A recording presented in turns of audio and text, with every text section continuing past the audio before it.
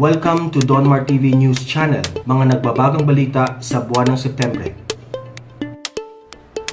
Kaugnay naman kay Presidente Rodrigo Duterte at sa kanyang dating alalay na ngayon ay senador at pinaka-visible na senador. Senador Bongo, Christopher Bongo ay palaging nasa dyaryo. Sapagkat marami siyang ginagawang tulong sa mga kababayan. Marami siyang panukalang batas na ginuguhit. Marami siyang, pag may sunog, takbo kaagad siya doon. Pag may nabalitaan siyang kailangan ng tulong, nandun din siya. Hanga nga tayo dito at hindi nagkakasakit ito ng coronavirus. Kasi malakas ang kanyang immune system. At the same time, marunong siyang mag-ingat. Ang sabi po ni Presidente Duterte kay Senador Go, kailangan umakto ka na para kang nasa oposisyon pagdating sa paksaing korupsyon. Sabi po ni Presidente, and I will quote the President, sabi niya kay Senador Bongo, huwag mo akong sabihan na kaibigan tayo, that you were once my age, siguro, ang ibig niya sabihin. It's not. It ain't that way. Okay, American na. It ain't that way, Bong. That way sa atin. Yung iba. Pero tayo, walang kaibigan. Basta, may mali, maski pati ako. Kung sa akin siguro, maya ka na sabihin mo. But, call my attention. O pag sa tingin po raw ni Senator Bongo na may mali sa gobyerno, eh, huwag siyang mangimi. Mag-atubili. Karaka-raka. Ilabas niya ang corruption, expose niya. At kung si Presidente raw ay may mali sa ginawa, huwag siyang mayan, bulungan niya. Boss, Presidente.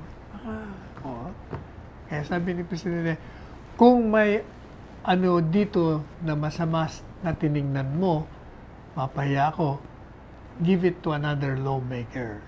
Ibulong mo lang, nandun na ganito yung sitwasyon. They will open up everything for us. O, hindi ba? Hindi po ba si Presidente ganyan naman? Wala talagang sinisino yung Presidenteng yun.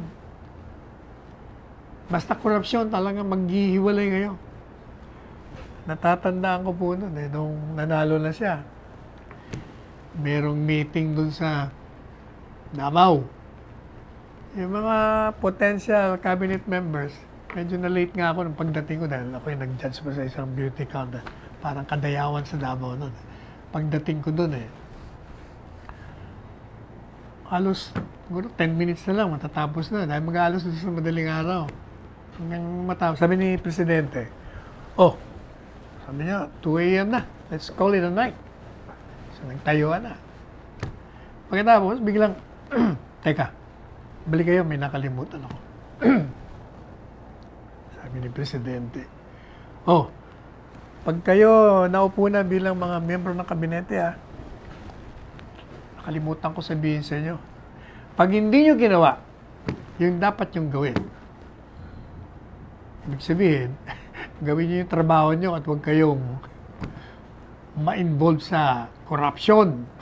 Dahil pag hindi, sabi niya, papatayin ko kayo. Nasyak sila lahat, papatayin. Pero mo papatayin. Pero actually, ibig sabihin naman ni Presidente, maghihiwalay tayo pagdating sa hindi nyo gawin ang trabaho nyo. Iyon ang Presidente. Iyon ang Rodrigo Roa Duterte, kilalang alkalde ng Davao at ngayon ay ang Presidente ng bansa. Kaya sabi naman ni Senator Bongo, nanumpa naman siya na gagawin niya yung paalala sa kanya ni Presidente Duterte na tawagin ang kanyang pansin at ng mga kasama niya kung anumang irregularidad na makikita niya pagdating sa paghawak at paglustay ng pera ng taong bayan. And Senator Go assured that friendships and politics will not get in his and Duterte's way of fighting corruption. Hindi raw po magiging sagabal ang pagiging magkaibigan nilang dalawa o ni Presidente at ng kung sino man pagdating sa paglaban sa korupsyon. At sabi ni Senador Go, ngayon ang paalala sa kanya, siya daw ay magsasalitang parang nasa oposisyon when it comes to corruption issues in order to expose wrongdoings and hold the culprits accountable. O, yan naman talaga ang dapat. At nakikita naman po, pero unlike the opposition, si Senador Go, bago magsalita, nagre-research muna. Sinisiguro niya na talagang may ebidensya. Kasi mahirap po talaga walang ebidensya. Yung para lang magkaroon ng publisidad. Makarinig lang ng chismis. Nilalabas na kagad. Kaya nga hindi po ba, sabi natin tungkol dyan sa task force na nilikha ni Presidente sa PhilHealth. Kasi meron din Senadong findings. Gusto nila i-demanda na yung mga taong gusto nilang i-demanda. Sabi natin, kailangan, kung magdidemanda ka, siguraduhin mo lang na meron kang ebidensya. Maliban pa sa testimonya, kailangan may corroborative evidence ka, meron kang physical evidence, meron kang paper trail, may mga dokumento ka. Otherwise, madidismissan tayo. Kaya maging maingat tayo dyan. Madali yung mag-akusa. Tandaan nyo, napakadaling mag-akusa. Pero mahirap ang magpruba. Ang mga judges natin, mga stricto yan. Tinitingnan niya, ebidensya. Bihira ang hindi batay sa ebidensya. At kahit naman mali ang desisyon, kaya nga tayo may layers ng appeal. Meron tayong pagdating dun sa Metropolitan Trial Court, meron tayong Regional Trial Court, mag-apila ka doon. Pag hindi ka pa kontento, takbo ka sa Court of Appeals kung ayaw mo yung desisyon ng RTC. Kung wala ka pa rin satisfaction sa Court of Appeals, takbo ka sa Korte Suprema. Ano naman itong sinasabi na naman? Dati natin kasama sa kabinete ito. Si dating Secretary Judy Tagiwalo na hindi nakapasa. Hindi yata ito nakapasa sa kabinete. Or rather sa Commission on Appointments. Sabi niya, meron daw po silang final na petisyon sa Korte Suprema, 2 buwan na nakakaraan. Ang petisyon po nila, hinihingi nila sa Korte Suprema na pilitin, utusan ng gobyerno na magsagawa ng mga mass testing for COVID-19. At sa kanilang manifestasyon sa hukuman, ang sabi nitong National Union of People's Lawyers na gumawa ng petisyon, bigyan naman daw ng due course yung petisyon nila at utusan na yung respondents na magsumitin ng kanilang mga comments.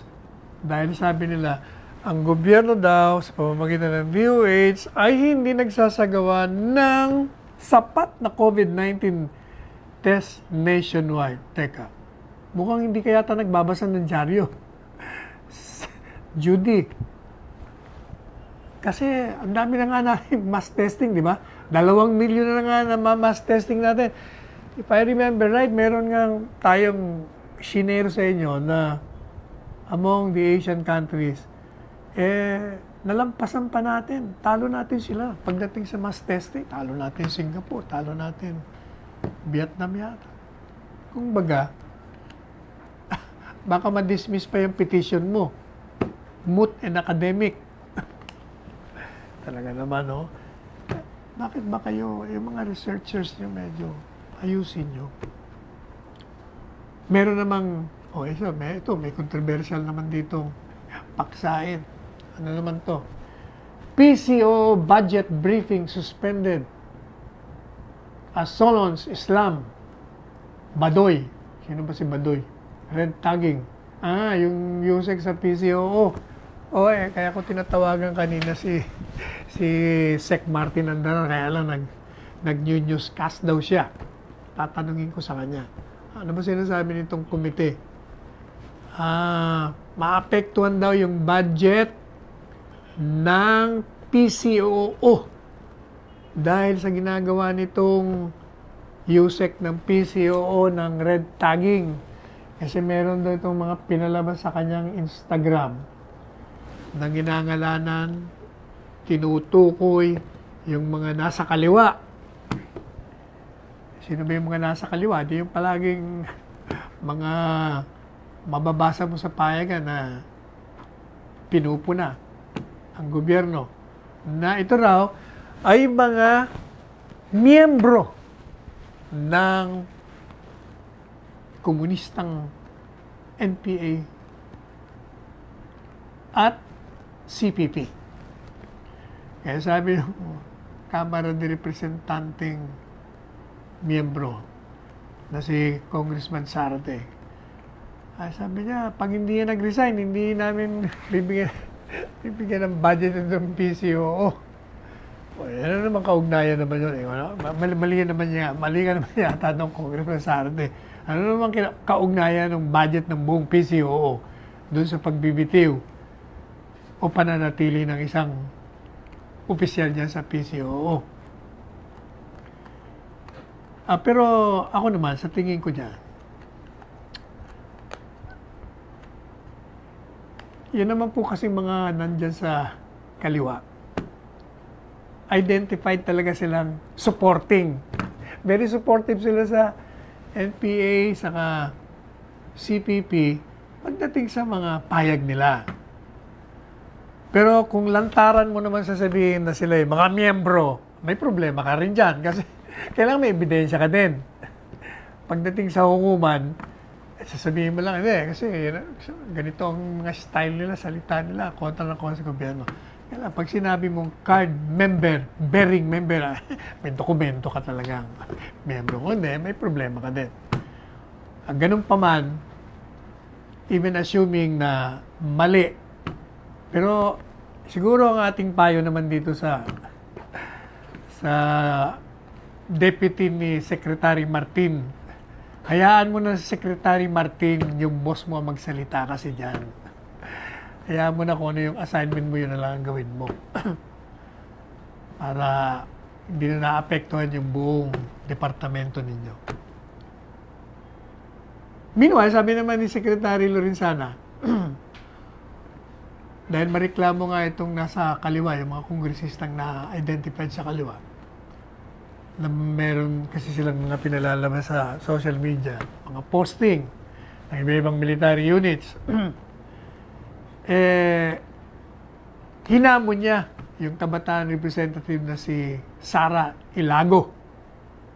Kasi nagre-reklamo nga itong mga state-sponsored disinformation daw laban sa kanila.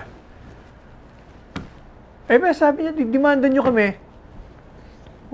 Kung gusto nyo, kung sa tingin nyo kami lumabag sa inyong karapatan. Oo nga naman, hindi magdemanda kayo. At sasagutin namin kayo, sabi naman ni Secretary Delphine Lorenzana. Tandaan nyo, meron tayong freedom of speech and of expression and of the press. Pero pag may lumabag, kaya yan opisyal, kaya hindi, nandiyan ang mga hukuman. Palagi naman yan bukas sa inyo. Magtagisan tayo ng ebidensya sa hukuman.